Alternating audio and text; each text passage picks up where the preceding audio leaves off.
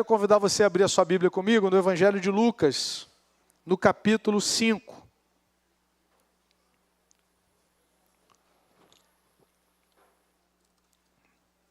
Nós estamos numa série de mensagens sobre o Evangelho. Talvez se você perdeu alguma, você tem lá no canal da igreja, no YouTube, várias mensagens, nós estamos refletindo sobre o Evangelho. Quem vem à noite, nós estamos estudando a primeira carta aos Coríntios, já estamos entrando no capítulo 9, O presbítero Léo hoje vai ministrar o capítulo 9, estamos pregando em série à noite. E pela manhã nós estamos fazendo uma série sobre o Evangelho, a grandeza do Evangelho, o que é o Evangelho. Domingo passado nós lemos Lucas 5, de 17 ao 26.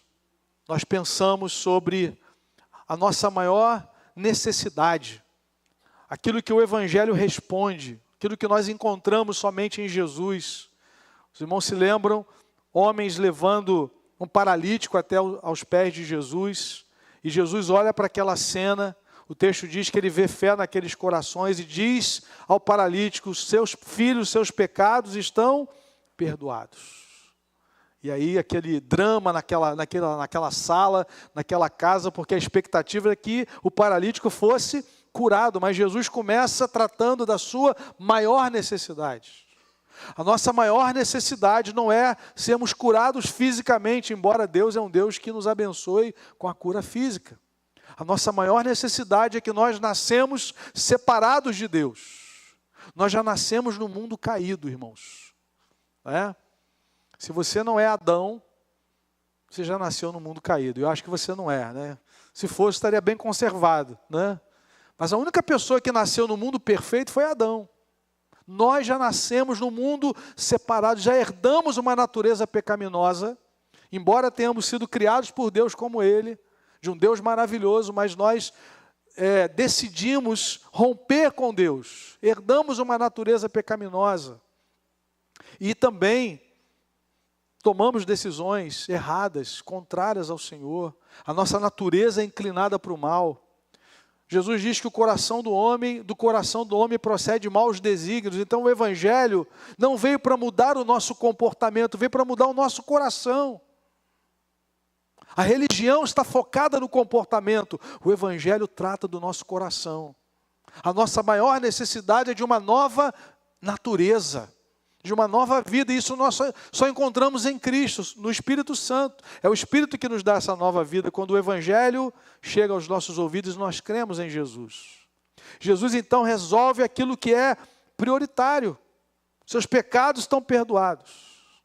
E aí, nós chegamos no domingo passado a um drama. Tem duas possibilidades aqui. Ou Jesus está blasfemando, e esse foi o conceito, essa foi a ideia daqueles religiosos, e eles dizem: quem é esse que pode perdoar pecados? Só Deus faz isso. Versículo 21, quem é esse que diz blasfêmias?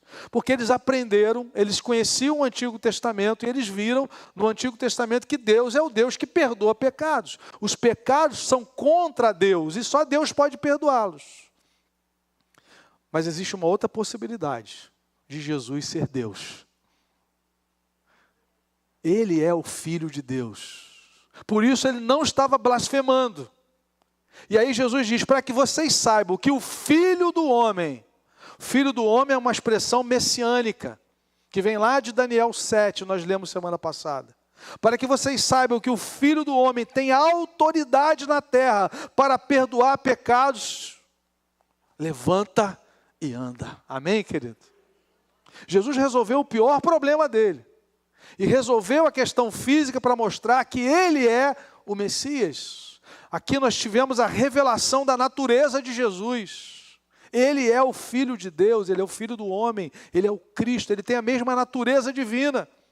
Então Ele não estava blasfemando, Ele estava cumprindo a sua missão como Cristo de Deus. E nós vamos então seguir, agora, irmãos, lendo do versículo 27, percebam que há uma continuidade. Depois disso o quê? Dele ter perdoado o paralítico, dele ter curado aquele homem, dele ter revelado a sua identidade como Filho do Homem. Depois disso, Jesus saiu e viu um publicano, chamado Levi, sentado na coletoria. Ele disse: siga-me. Ele se levantou e, deixando tudo, o seguiu.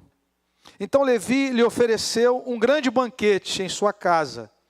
E era grande o número de publicanos e outras pessoas que estavam com eles à mesa. Os fariseus e seus escribas murmuravam contra os discípulos de Jesus, perguntando: por que vocês comem e bebem com publicanos e pecadores? Jesus tomou a palavra e disse: os sãos não precisam de médico, e sim os doentes. Não vim chamar justos, e sim pecadores ao arrependimento. Que o Senhor nos abençoe com a leitura da sua palavra. Amém, amados? O Evangelho recomendado somente para pecadores. Pastor, mas a Bíblia não diz que todos pecaram? Sim, mas ele se torna efetivo naqueles que reconhecem a sua necessidade. Os irmãos vão perceber na leitura dos evangelhos que o grupo que menos desfrutou da graça salvadora de Jesus foram os religiosos. Porque não assumiam essa condição, não reconheciam essa condição espiritual. Além do mais, uma questão cultural: nós somos filhos de Abraão. Mas Abraão creu em Deus. E a Bíblia diz que Abraão creu em Deus e foi justificado. Moisés creu em Deus, Davi creu em Deus. Romanos 4 fala de Davi, fala de Abraão, que creram, também foram salvos pela fé messiânica. E aqui Jesus está lidando com pessoas que tinham essa dificuldade. Percebam, irmãos, que primeiro Jesus perdoa e cura o paralítico, que se levantou. Acho interessante, o paralítico se levanta e Levi está sentado. Ou seja, Deus conhece as nossas necessidades, as circunstâncias da nossa vida. Ele vai ao nosso encontro, ou ele se deixa achar, como no caso anterior. Jesus não repreendeu aqueles homens, estão atrapalhando o culto, descendo gente pelo telhado. Ele se deixa achar por aqueles que o buscam, mas na verdade ele já está no nosso encalço há muito tempo. Ele que nos chama em amor e em misericórdia. E agora a marcha da graça de Deus no Evangelho continua. Depois de curar, depois disso, depois de curar o paralítico, de perdoá-lo, a graça agora alcança alguém que está sentado na coletoria, Mateus ou Levi. No contexto, Jesus estava na Galileia, operando maravilhas. Eu falei semana passada, começa lá no capítulo 4, depois de Jesus ser batizado. No capítulo 3, ele vai para o deserto e depois ele volta cheio do Espírito Santo e vai para a sinagoga e abre o livro de Isaías, diz assim: o Espírito do Senhor está sobre mim, hoje se cumpriu a escritura que acabais de ouvir. Aí ele começa o seu ministério. Ele começa a pregar o reino de Deus e ele começa a chamar os primeiros discípulos. No capítulo 5, no início desse capítulo, ele chama Pedro, Tiago e João, aquela pesca maravilhosa. Ele está ensinando na praia, ele usa o barco de Pedro, e depois ele diz para eles assim, que já estavam lavando as redes: voltem lá para o mar, lancem as redes novamente. Aí Pedro olha para ele, olha o sol batendo na água, fala: Senhor, o senhor é filho de carpinteiro, né? Pescador somos nós, né? Quem é que entende verdadeiramente desse negócio? Mas aí, irmãos, Pedro fala uma coisa muito interessante: passamos a noite inteira e nada apanhamos, mas sobre a tua palavra lançaremos as redes. Sabe o que levou Pedro novamente para a água? Não foi a sua razão, foi a sua fé. Embora a razão seja uma bênção que o Senhor nos deu, o entendimento, o conhecimento, mas ele é limitado. A fé não é irracional, mas ela vai além, porque a fé se baseia na revelação de Deus. E Pedro lança a sua fé na palavra de Jesus. O resultado você sabe: as redes lotadas, tem que chamar outros barcos, A bênção chegou para todos, e aí Pedro fica apavorado. Retira-te de mim, porque eu sou pecador. Ele percebeu que ele estava diante de algo sobrenatural. Aí Jesus falou assim, fica tranquilo. De agora em diante você vai ser pescador de homem. Siga-me. Jesus então está regimentando o seu exército. Jesus está formando o seu povo, a sua igreja. Ele começa com os pescadores. E agora ele chega em alguém que não é bem visto na sociedade. Versículo 28, 27, depois disso, Jesus saiu, viu um publicano, ele viu. Eu acho interessante a gente pensar nesses verbos. Foi o Senhor quem o viu. Um dia Deus olhou para você, na eternidade Ele te viu. E te viu remido no seu sangue. Ele viu. O movimento é do céu para a terra, querido. O Evangelho é Deus vindo ao nosso encontro. E aí a palavra diz que ele viu e ele chamou aquele homem. Siga-me. E aí, queridos, nós olhamos para esse homem, para a profissão dele, para o contexto, e nós percebemos que era alguém que nenhum rabino chamaria. Ele era um publicano. Funcionário público, trabalhava para o Império Romano, cobrava para César. Os judeus estavam debaixo do governo de César, não queriam pagar imposto para ninguém. Aliás, quem é que gosta de imposto, né? Sabe por que você paga? Porque é imposto. Se fosse sugestão, você não pagaria, é imposto. Tá certo? Então, os judeus não eram diferentes. Nós somos o povo de Deus. Nós estamos na terra que Deus nos deu. A gente vai pagar dinheiro, a gente tem que pagar imposto para César. César é um impostor na mente dos judeus. O verdadeiro rei é o eterno. Mas eles estão vivendo essas circunstâncias. Se rebelaram na história, passaram pelo cativeiro da Síria, cativeiro da Babilônia. Mas Deus é fiel e trouxe o povo de novo. Está ali na terra, mas não está com autonomia. César está mandando. E César contrata alguns judeus para trabalharem para ele.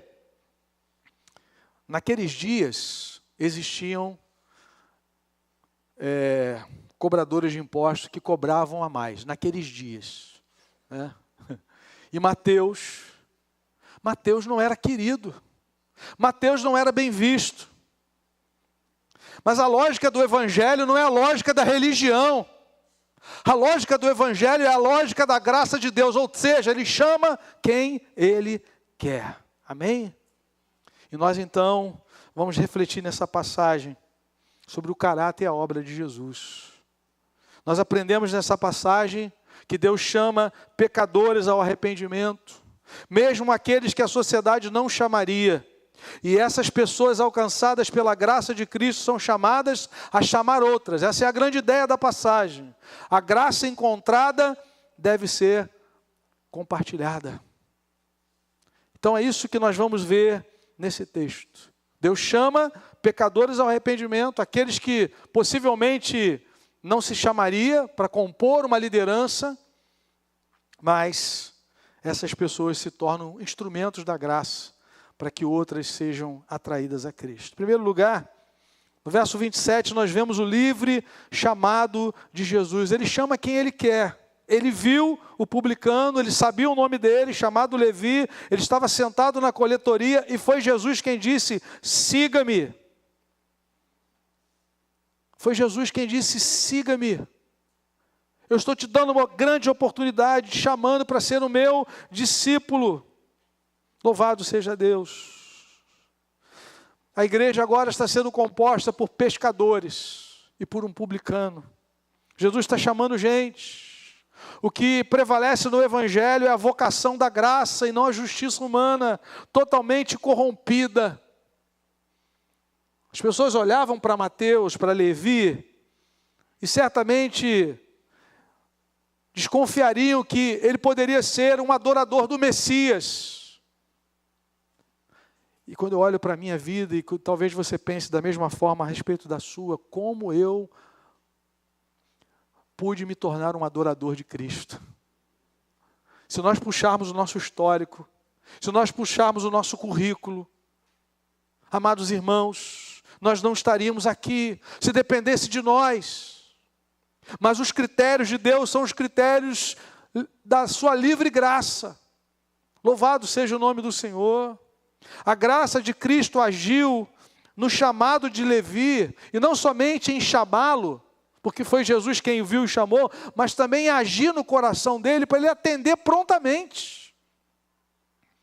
Não é interessante, irmãos? O texto diz, siga-me. Há pessoas que dizem assim, deixa eu pensar um pouquinho. Algumas estão pensando a vida inteira.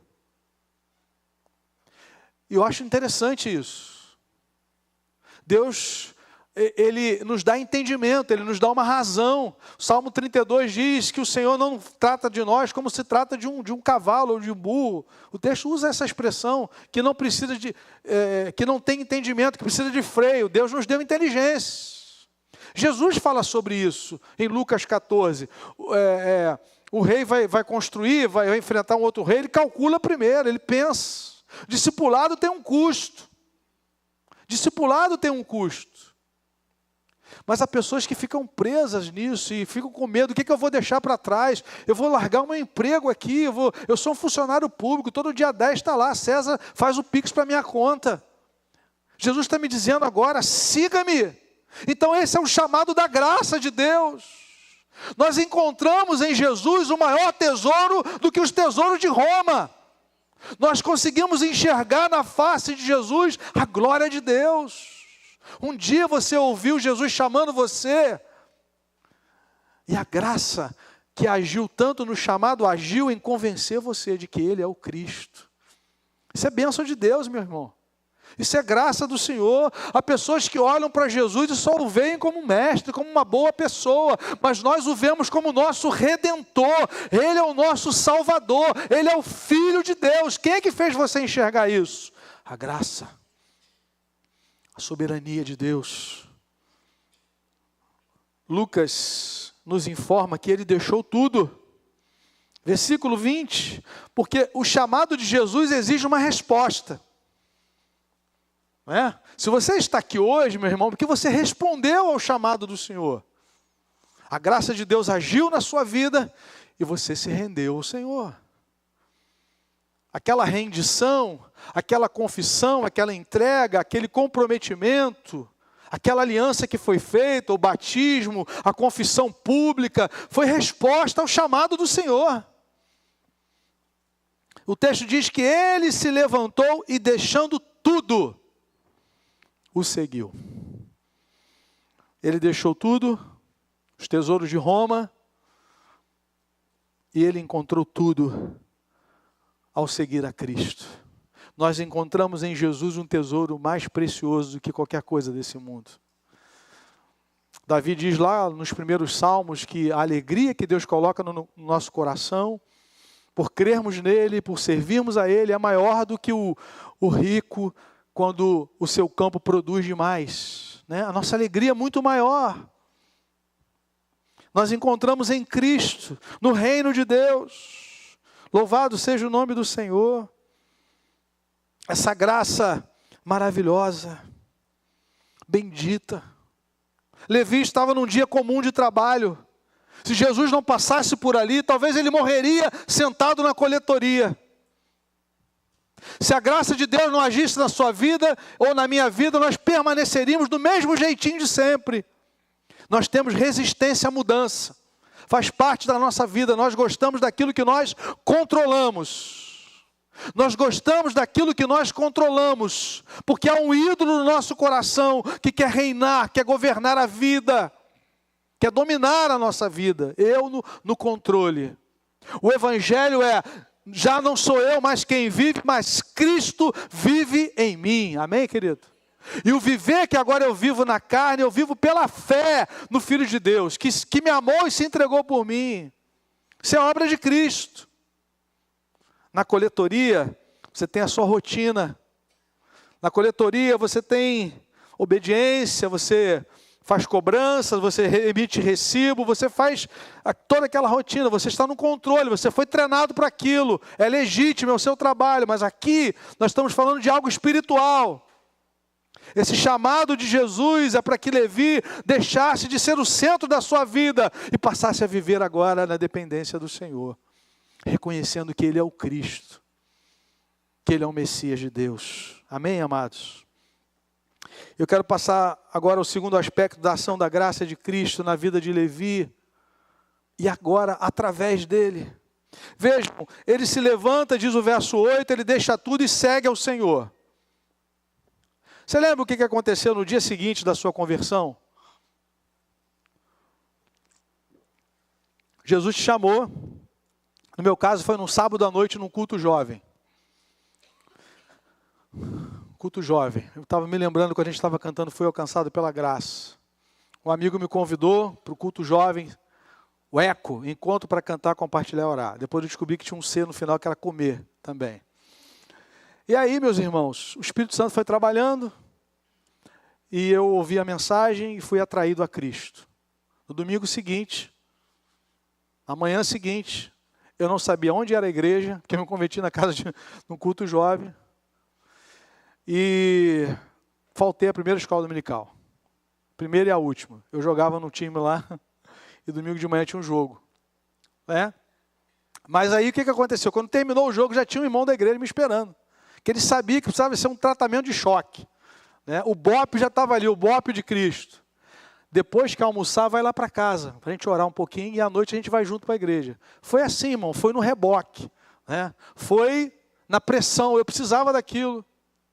Tem um dia seguinte, você recebeu a Cristo, mas você foi para a escola, você foi para o trabalho, você foi para a faculdade, você é discípulo de Jesus, aconteceu algo inesperado, você foi selado com o Espírito Santo, marcado para a eternidade. Mas você está na história, você tem amigos, você tem família, No meu caso, meus pais não eram crentes, meus irmãos não eram crentes, meus primos não eram crentes, pelo contrário, eu ouvi muitas palavras pesadas de amigos.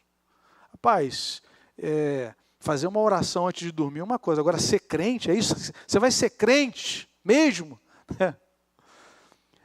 O que acontece com Levi é ele se levanta, ele obedece e a vida vai seguir. Só que agora ele é um discípulo de Jesus. Só que agora ele é uma testemunha de Jesus.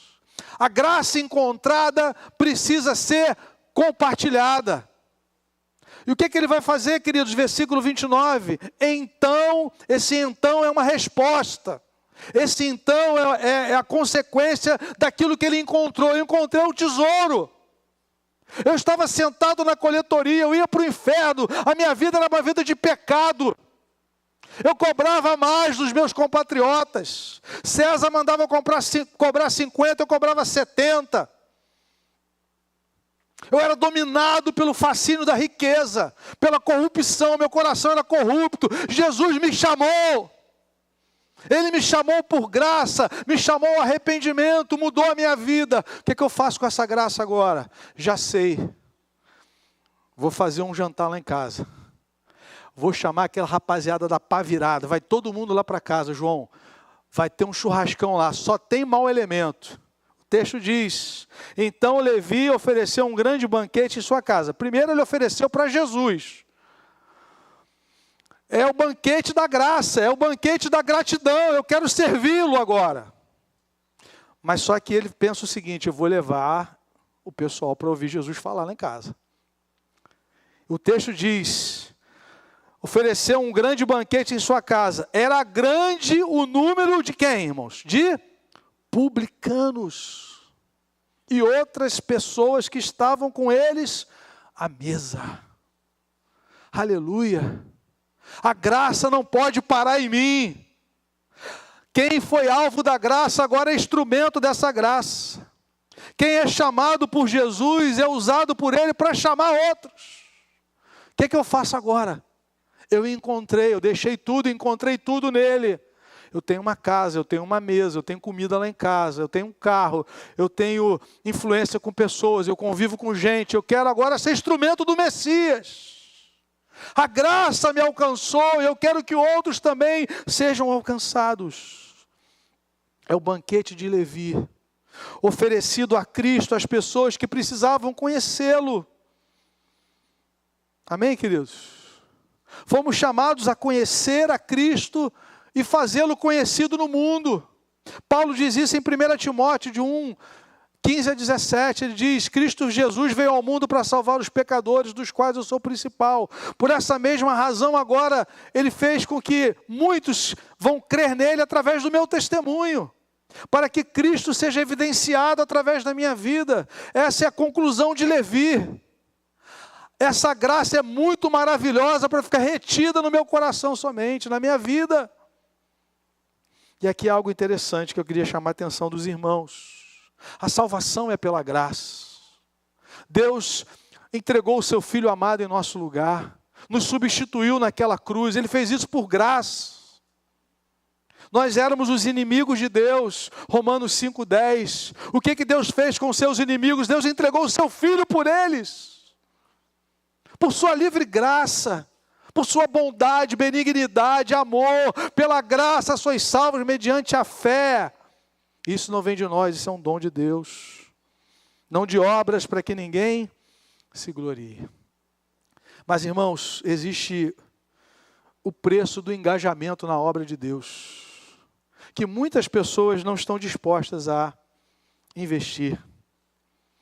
Quando Levi oferece um banquete, ele tem que comprar comida.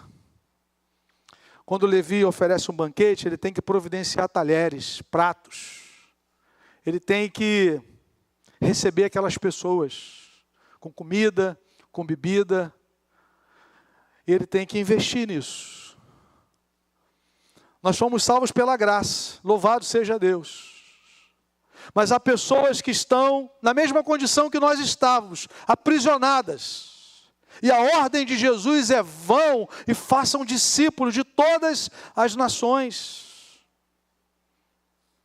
A expansão do Evangelho exige renúncia e generosidade. Qual é o exemplo e a motivação? O próprio Jesus. 2 Coríntios capítulo 8. Segunda carta de Paulo aos Coríntios, capítulo de número 8. A palavra do Senhor nos diz, versículos 8 e 9.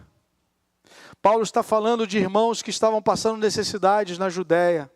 Ele está desafiando cristãos gentílicos a investirem, a abençoar aqueles irmãos. Ele está motivando a isso, a essa comunhão. E ele poderia dizer assim: olha, eu sou apóstolo, obedeçam. Estou dando uma palavra para vocês, contribuam. Ele diz no verso 8, não digo isso na forma de mandamento, mas para provar se o amor de vocês é sincero, comparando com a dedicação de outros, pois vocês conhecem, vejam, vocês conhecem a graça do nosso Senhor Jesus Cristo, que sendo rico, se fez pobre por amor de vocês, para que por meio da pobreza dele, vocês se tornassem ricos. Paulo, quando quis falar sobre contribuição, ele usou o Evangelho. O esvaziamento de Jesus, sendo rico. Em João 17 ele diz: Pai, glorifica-me contigo mesmo, com a glória que eu tive antes que houvesse mundo. Ele se esvazia da sua glória, sendo rico ele se fez pobre. Ele entregou a sua vida. Paulo diz para uma igreja, qual é a grande motivação para nós contribuirmos na obra de Deus? A generosidade de Jesus. Se a generosidade de Jesus, ele ter vindo ao nosso encontro, se esvaziar, o rei, que poderia dizer assim: eu vou, mas eu vou morar no palácio. Não, ele vai nascer numa manjedoura, se desprendendo de tudo. Se isso não me motiva a contribuir, nada mais vai me motivar. Essa é a lógica de Paulo. Então, o que Levi faz é exatamente isso. Essa graça me alcançou, mas eu não quero que pare em mim. Então eu vou oferecer um banquete lá em casa. Eu vou abrir a minha casa, eu vou abrir o meu carro, eu vou desprender parte do meu tempo durante a semana para investir em pessoas. O Evangelho, a expansão do Evangelho nos exige isso, querido. Renúncia e desprendimento. Faz parte. Mas há uma coisa terrível, que o pecado ele cobra um preço muito alto. O pecado destrói famílias, relacionamentos, saúde. E nós pagávamos esse preço, às vezes até sem refletirmos. noite sem dormir, alguns embriagados, comprometendo a família. A graça nos tirou daquele inferno, daquele império das trevas e nos trouxe para a maravilhosa luz do Senhor. Aí nós fazemos um apelo, nós queremos mandar uma irmã para o Congresso dos Jovens, nós queremos mandar algumas pessoas para o projeto missionário, nós queremos abençoar jovens com isso, aquilo, outro. Para nós é um privilégio participar disso. Não é um peso, não é um fardo. Não, eu vou contribuir para ter uma sala melhor, para que os meninos da rua tenham um curso de inglês aqui em cima. Glória a Deus! Quer investir no lugar melhor do que no reino de Deus o seu recurso? Porque aqui o ladrão vai roubar, a traça vai corroer, querido. Vai ficar para trás. Quando o Senhor nos recolher, os nossos olhos se fecharem na história, e eles vão se abrir, na eternidade nós vamos ver a Cristo que nos salvou. O nosso corpo vai voltar para o pó. Vai sair lá um cortejo fúnebre, levando os restos mortais, e não vai vir um outro atrás trazendo os seus bens. Não vão sair 2 carros. Vai ser só um carrinho mesmo. E um dia, porque Deus nos deu, nós vamos prestar contas daquilo que nós aplicamos, como nós aplicamos aquilo que Ele nos deu. Foi isso que Levi percebeu logo no início. Levi não sabia sobre justificação, adoção, glorificação, segunda vinda. Ele não sabia muita coisa, mas ele sabia uma coisa: eu estava perdido e fui achado. A graça me alcançou, era o pior cara da vizinhança. Todo dia que eu pegava minha pastinha, o pessoal dizia: lá vai o ladrão, lá vai ele de novo. Aí Jesus olhou para mim, odiado, perdido, cego, dominado pela cobiça, e Ele me trouxe para o seu reino. Aí eu olhei para a minha casa e vi que tinha uma mesa naquela casa. Olhei para a despensa e vi que tinha comida naquela despensa. Já sei o que eu vou fazer. Vou dar o banquete da graça, vou chamar o pessoal da pá virada aqui para casa. Esse pessoal vai ouvir Jesus falar. Aleluia. O investimento no reino, na expansão do reino. Qual tem sido o seu desprendimento? Você tem servido a Deus com aquilo que Ele tem posto em suas mãos? O tempo é agora. Vidas estão se perdendo agora, nesse tempo. Não, pastor, depois que eu morrer, eu já deixei para minha esposa. Dá tudo para a obra. Depois que você morrer, meu irmão, participa agora. Celebre a graça agora. Seja bênção na vida de pessoas agora. Deixa Deus usar, querido, a sua vida. Paulo diz aos Coríntios: eu me gastarei e me deixarei gastar em favor do reino de Deus. O banquete da graça. Levi consagrou o que tinha a Cristo, oferecendo ao Senhor e aos seus amigos, publicanos e pecadores, um grande banquete, o banquete da graça, aleluia. Mas aí a questão é: será que todos ali estavam felizes com esse banquete? E nós chegamos à última parte do texto. O chamado da graça de Cristo alcança somente os pecadores. Versículo 30 nos diz o seguinte: os fariseus e seus escribas murmuravam. Eles estavam ali. Por alguma razão estavam ali. E murmuravam contra os discípulos de Jesus, perguntando: por que vocês comem e bebem com os publicanos e pecadores? Nessa cultura aqui, comer à mesa com alguém era sinal de relacionamento. Lógico que quando nós levamos para a nossa casa pessoas, são pessoas que nós temos um relacionamento. Mas se a gente pensar hoje nos nossos dias, você vai num restaurante, por exemplo, tem um monte de gente ao seu lado comendo também, a mesa ao lado, você nem sabe quem é. Mas na questão de dentro da casa, você tinha que ter um relacionamento. E qual era a lógica dos religiosos? Como é que vocês vão comer com esse pessoal aí? Porque a religião faz isso. Ela divide.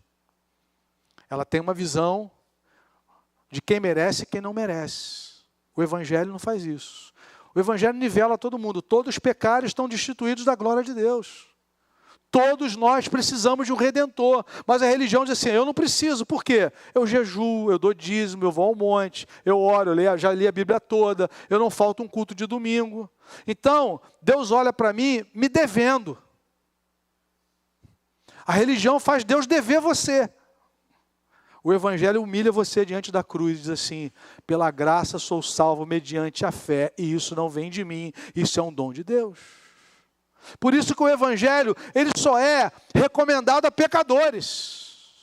Aqueles religiosos estão dizendo assim, eu não sei nem o que eu estou fazendo aqui. Essa é a pergunta que a gente está fazendo também.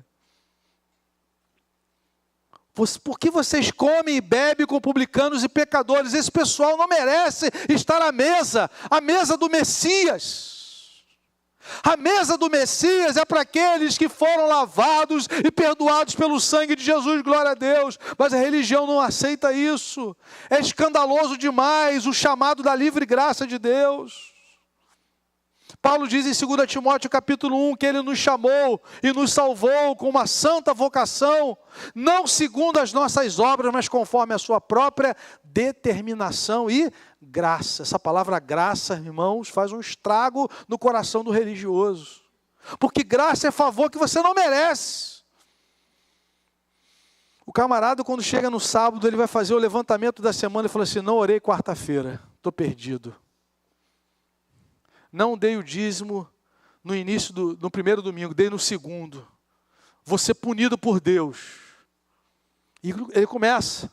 É uma roda viva da carnalidade, porque ele quer estar no centro.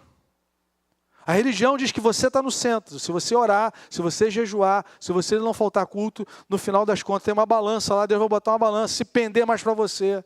Joga essa balança fora em nome de Jesus. Porque Deus não poupou o seu próprio Filho, Ele entregou por nós. Ele sacrificou o seu Filho amado e perfeito, Ele nos substituiu naquela cruz. Nós só podemos entrar naquele céu por aquilo que Cristo fez por nós. Somos salvos por obra sim, mas pela obra de Cristo. Amém, meu? Levi não podia se auto-salvar. Levi estava amarrado, preso ao pecado, mas Jesus o viu e o chamou. E colocou um amor nele, uma alegria, uma graça nele, que ele enxergou em Jesus maiores riquezas do que as riquezas de Roma. Das riquezas que acabaram o Império Romano. E virou palha. E o reino de Deus é para sempre, é eterno. Amém, querido? Louvado seja Deus.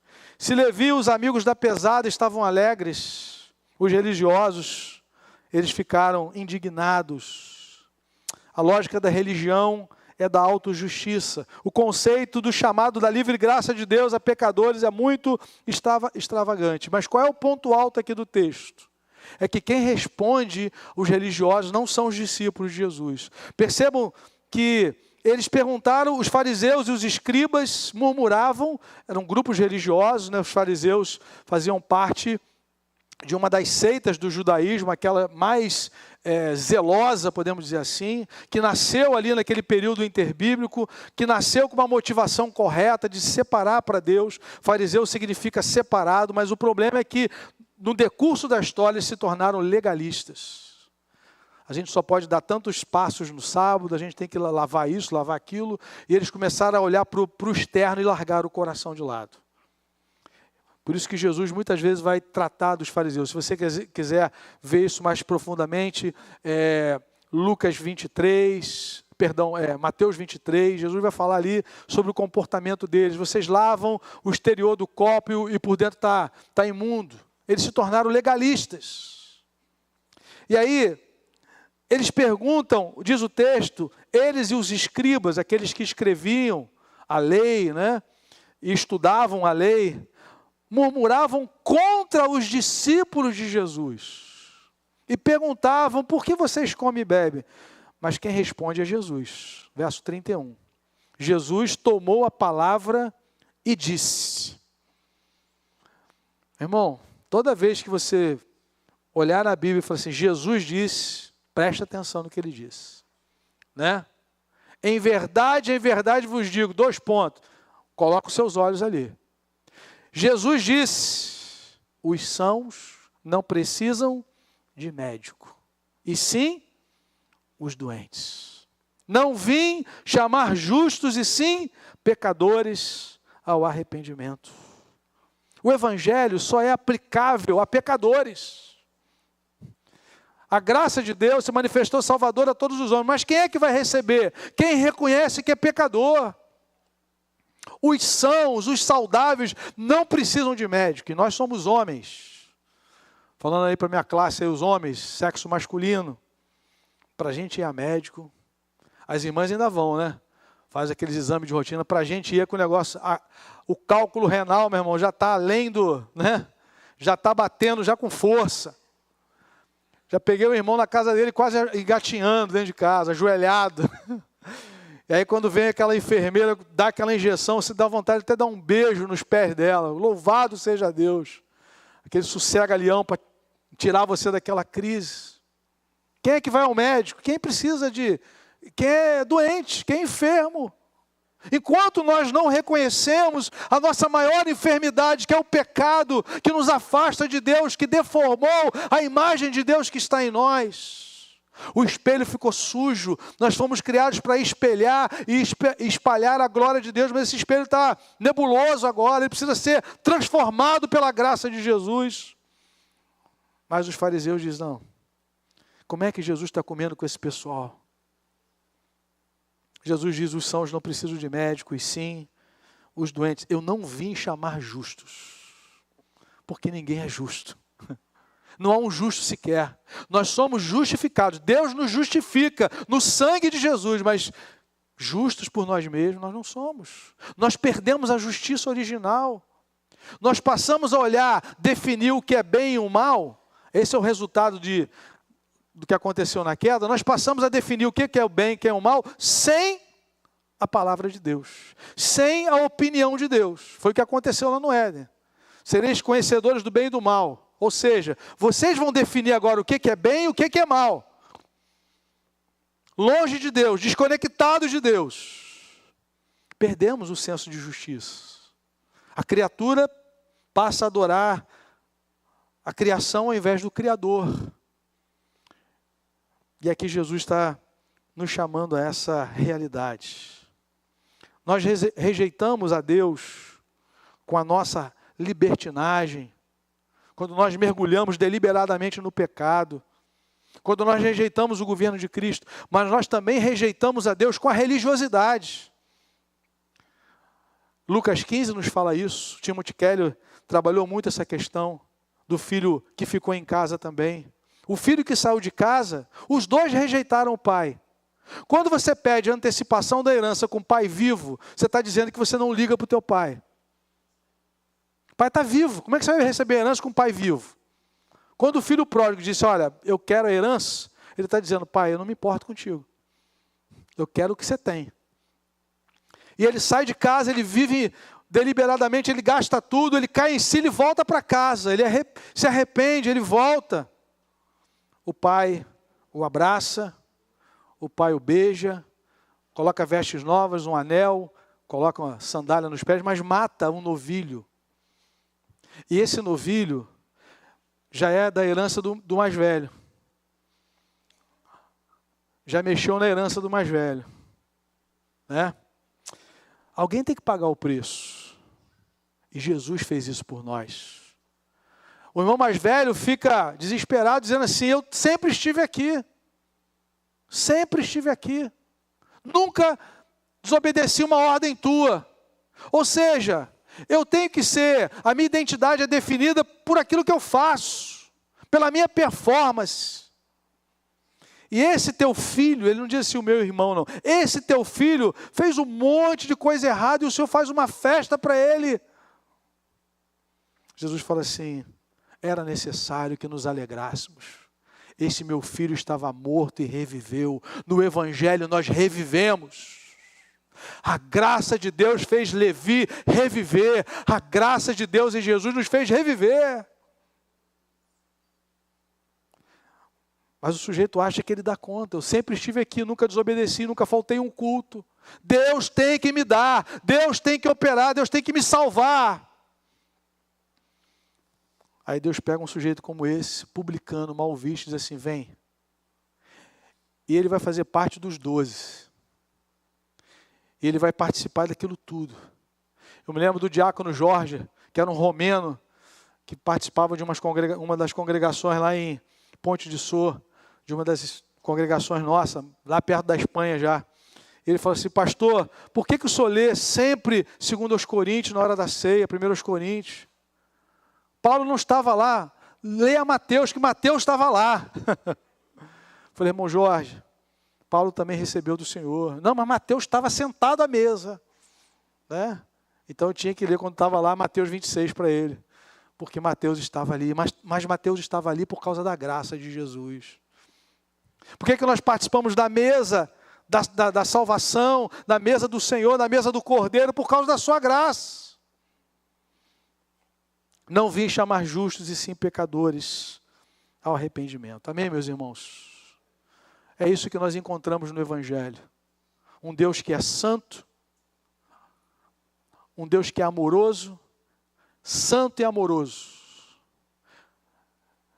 que olha para pecadores rebeldes como nós, que querem ser o centro da sua vida e dominar a sua vida, que nos rebelamos contra Ele. Ele poderia nos condenar eternamente, mas Ele envia o seu Filho amado para pagar a nossa dívida, para resolver o problema da santidade dele que foi ultrajada naquele jardim. Para isso, o sangue de Jesus nos reconcilia com o Pai. Sem derramamento de sangue não há perdão de pecados. Para que houvesse aquela celebração da volta do filho pródigo, um novilho foi morto. Cristo se deu por nós, para que nós pudéssemos fazer parte dessa mesa da graça. Só que, ao sermos alcançados por essa graça, nós temos o desafio de sermos instrumentos para que outras pessoas também participem disso. 2 aplicações. No Evangelho, e somente no Evangelho, há esperança. Há esperança para Mateus, há esperança para mim e para você, porque Jesus chama pecadores ao arrependimento e Ele pode perdoar os que se arrependem. Há esperança no Evangelho. Mas em segundo lugar, no Evangelho também há um desafio. Jesus usa os pecadores que Ele chamou e salvou pela graça para alcançar outros pecadores. Quando Mateus vê aquela graça toda, quando Mateus vê aquele amor todo, ele diz assim: eu vou fazer um banquete lá em casa. Eu quero convidar essas pessoas que me viram roubando, que me viram desonrando a minha família, que me viram ferindo o coração de Deus, agora perdoado. Eu quero que eles ouçam de Jesus. Eu quero que eles desfrutem dessa mesma graça que me alcançou. Eu continuaria sentado na coletoria até o último dia da minha vida. E eu morreria perdido. Eu morreria separado de Deus e essa separação seria eterna. Isso não vai acontecer, porque Jesus me viu e disse: siga-me. E nessa manhã Jesus está chamando você para segui-lo. E nessa manhã Ele quer começar uma história nova na sua vida, a história da sua graça. E através de você, chamar outras pessoas para conhecer essa graça. Se a salvação é pela graça, o investimento no reino, na expansão do Evangelho, exige renúncia e desprendimento, generosidade. Você que é membro do corpo de Cristo, coloque isso diante do Senhor. Diga: Senhor, eu quero participar daquilo que o Senhor está fazendo no mundo. Usa a minha vida, usa os meus dons, os talentos, os recursos, a influência. Eu posso ser bênção na vida de alguém, eu quero ser bênção, me ajuda, me instrua. Eu tenho certeza que Deus vai falar ao seu coração, de como você pode melhor servir, de como você pode investir no reino, participar daquilo que Ele está fazendo, investir em pessoas, para a glória do Senhor. Vamos orar? Curva sua cabeça, feche seus olhos.